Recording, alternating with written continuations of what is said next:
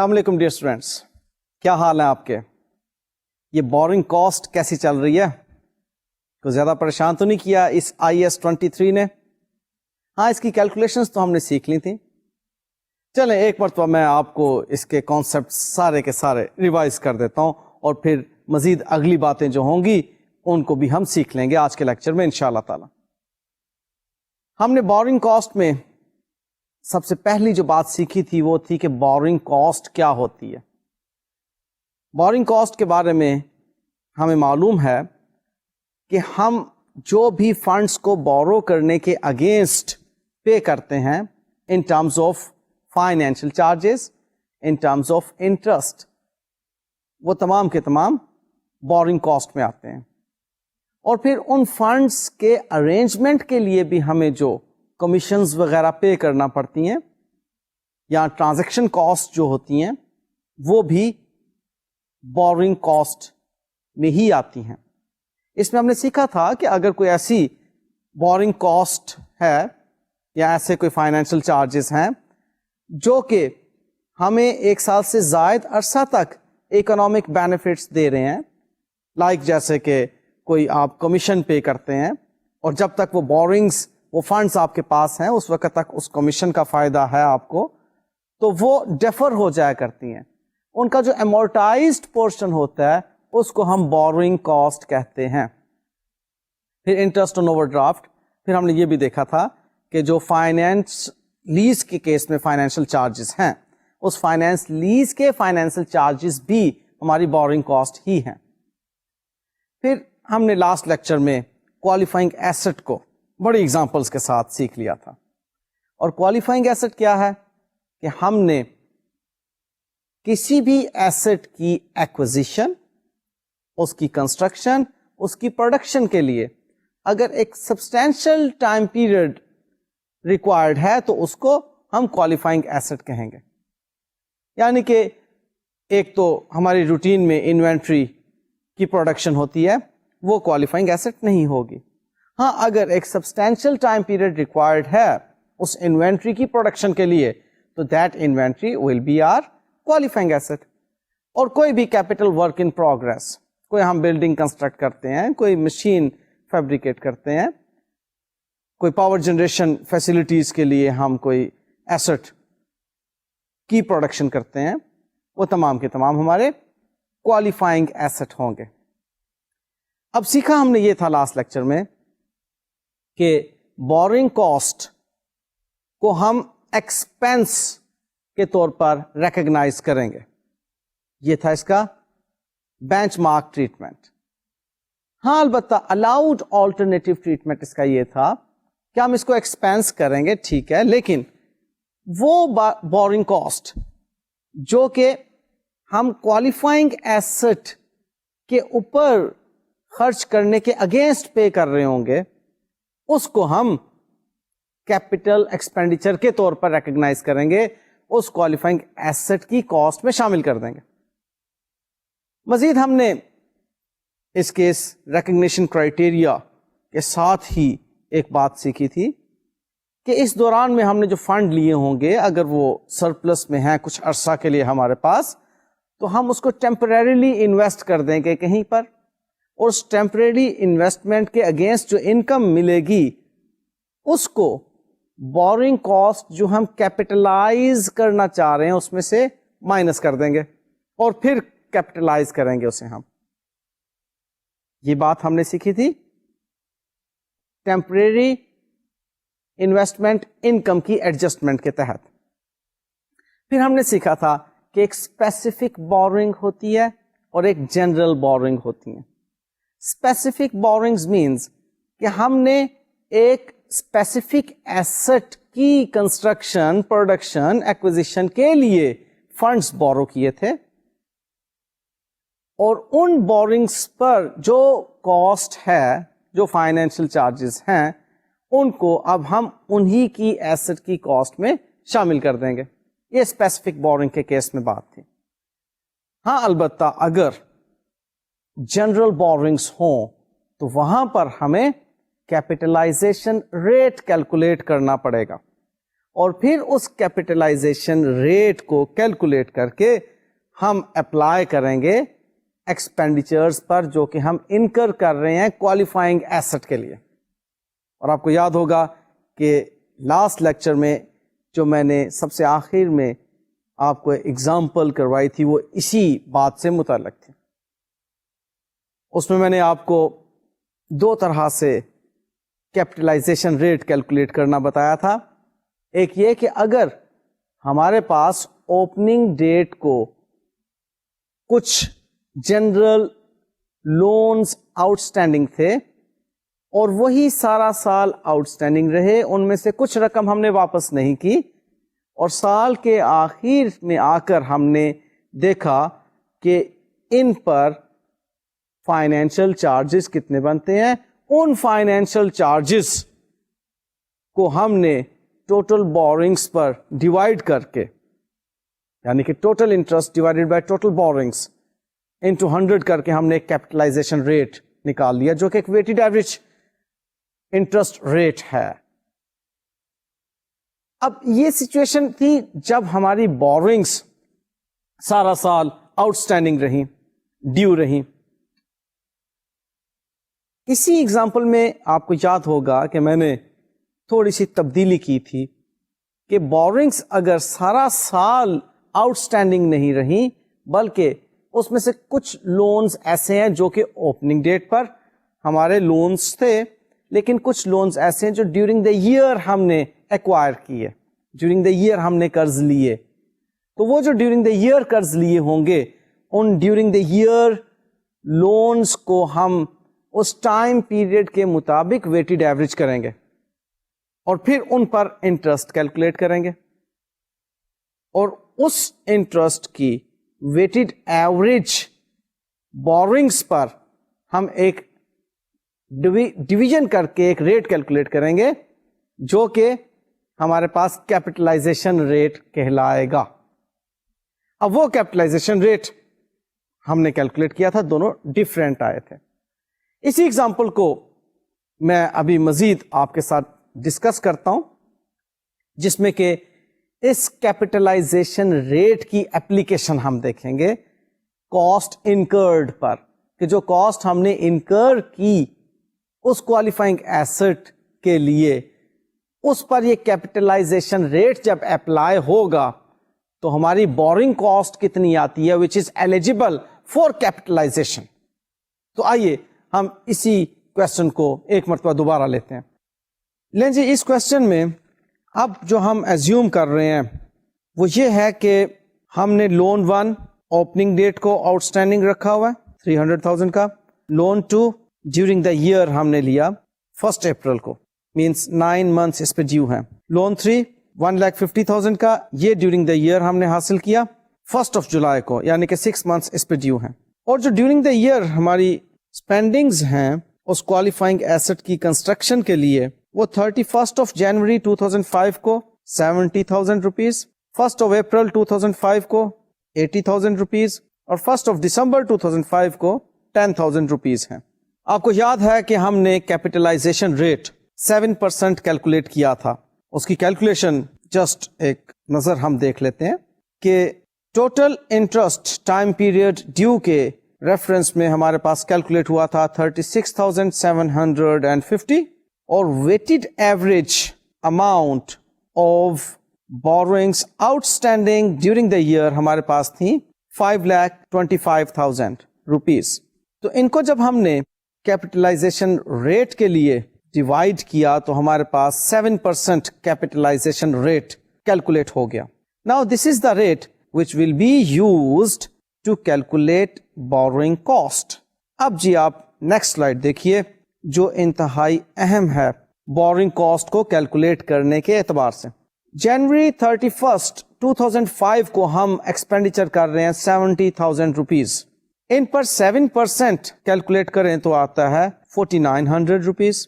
یہ 4,900 روپیز پورے سال کی انٹرسٹ ایکسپینس کو شو کر رہا ہے, جبکہ یہ کاسٹ انکر کی ہے ہم نے 31 جنوری 2005 کو, یعنی کہ 11 منتھس ہیں اس کے 31 دسمبر تک جو کہ ٹائم پیریڈ ڈیو بنتا ہے, جو کہ آؤٹ اسٹینڈنگ ٹائم پیریڈ بنتا ہے.